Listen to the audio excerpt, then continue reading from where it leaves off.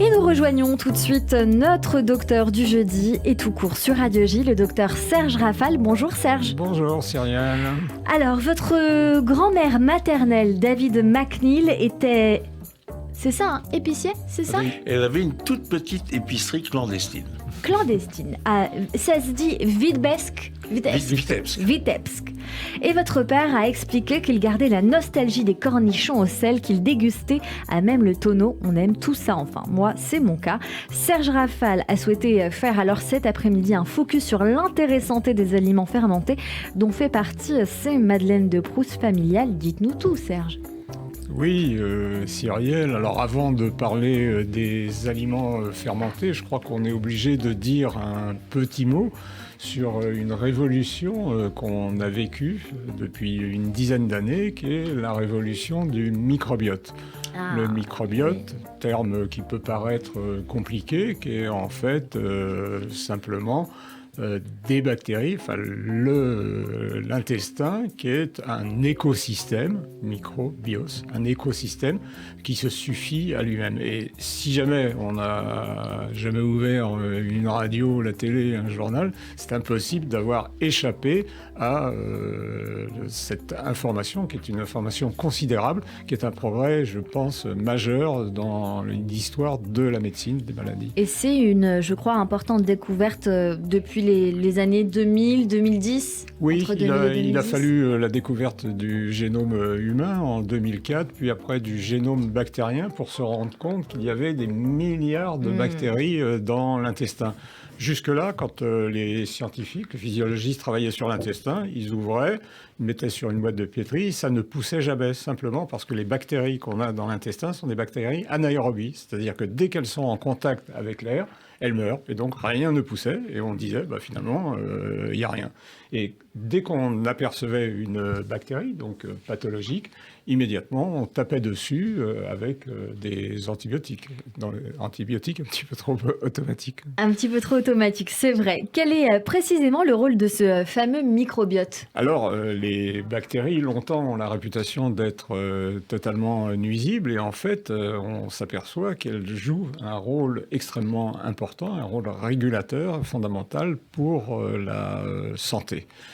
Et pour entretenir précisément ce microbiote, j'en viens, Cyrielle, à la première question que vous m'aviez posée, et donc l'objet de cette critique est l'importance de deux aliments pour les bactéries intestinales, sont les fibres alimentaires, donc l'importance des fruits, des légumes, pour la bonne santé en général, la santé de l'intestin, et des aliments fermentés. Et on s'est rendu compte que les bactéries intestinales adoraient en fait ces aliments qui leur permettaient de se débarrasser des bactéries pathogènes, qui renforçaient la qualité nutritionnelle, qui fabriquaient des vitamines, des minéraux. Donc, rôle très très important des aliments fermentés.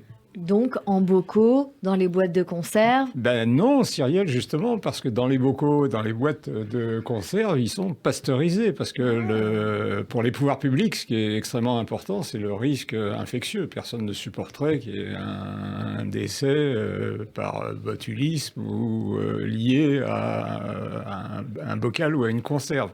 Donc les aliments fermentés, précisément, ne sont pas pasteurisés par la chaleur, et les bactéries intestinales en font leur miel, on va dire. On redécouvre donc un certain nombre d'aliments qui sont les aliments santé. Alors, les yaourts, malheureusement, sont pasteurisés, mais un certain nombre d'aliments qu'on commence à trouver. Ça peut être le kimchi, ça peut être le kombucha, qui est du thé fermenté, ça peut être les pickles, et c'est précisément les cornichons au vinaigre, les cornichons au sel qu'on trouve dans le tonneau. Ah, vous me faites tellement plaisir. Donc, on apprend aujourd'hui que les bactéries sont donc essentielles au bon fonctionnement de de l'organisme pour ceux qui ne le savaient pas déjà. Et on s'est rendu compte qu'il fallait prendre grand soin de ces bactéries et plus seulement les éliminer. Et c'est là, j'imagine, qu'interviennent les fibres et les aliments fermentés dont vous venez de nous parler. Absolument. Alors, une alimentation qui est une alimentation variée va en fait nous fournir un microbiote varié. Et c'est en fait cette variété du microbiote qui fait la santé. Et on s'est rendu compte qu'un certain nombre de fibres, alors les fibres solubles et précisément ces aliments fermentés, qu'on commence à trouver dans des boutiques spécialisées, mais maintenant dans des épiceries, font beaucoup pour la santé. Et parmi eux, il y a donc le chou fermenté, la choucroute crue, le kéfir de lait, le kimchi dont vous avez parlé, le kombucha, le miso, les pickles, le tempeh, plat indonésien à base de pâte de soja, les yaourts dont vous avez parlé, et puis ces fameux cornichons, bien sûr, qu'on peut retrouver rue des Rosiers.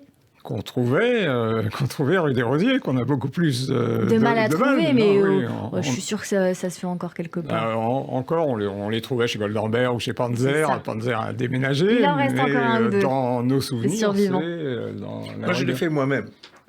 Vous les faites vous-même, David McNeil? Dans des bocaux que je ne stérilise pas, mais avec du sel et très peu de vinaigre de vin blanc et un peu d'eau et quelques grains de poivre et des aromates. Alors là, vous nous avez donné une bonne recette. Et attendre. Et attendre combien de temps? Ça dépend de votre patience. On peut attendre autant de temps qu'on veut? Mais quand ils sont trop durs, vous les remettez, puis vous attendez une semaine de plus. On attend que ça passe. En ajoutant peut-être, David, un petit peu d'aneth aussi. Absolument, dans mon souvenir, ces cornichons baignaient dans la saumure. La saumure, c'est de l'eau et du sel. Le sel permet la conservation. La saumure, c'est de l'eau. Et le parfum de ces cornichons avait quand même un parfum de l'aneth, non ? Évident, j'ai oublié l'aneth. Je suis impardonnable. En conclusion, docteur Serge Rafal. En conclusion, vous l'avez compris, quoi. Il faut protéger l'environnement et la biodiversité. La biodiversité en général et la biodiversité de son microbiote. Et c'est ça qui fait la santé. Et je pense que les aliments fermentés y participent et que l'avenir est devant eux pour des préoccupations qui sont des préoccupations écologiques et puis le rejet de l'alimentation transformée ou ultra transformée. Voilà qui est dit et bien noté. Mille merci Serge Rafal de prendre soin de nous tous les jeudis à 16h10 sur Radio J. Allez, tout de suite, c'est le portrait. Radio J. 15h, 16h30, Cyrielle Sarah Cohen.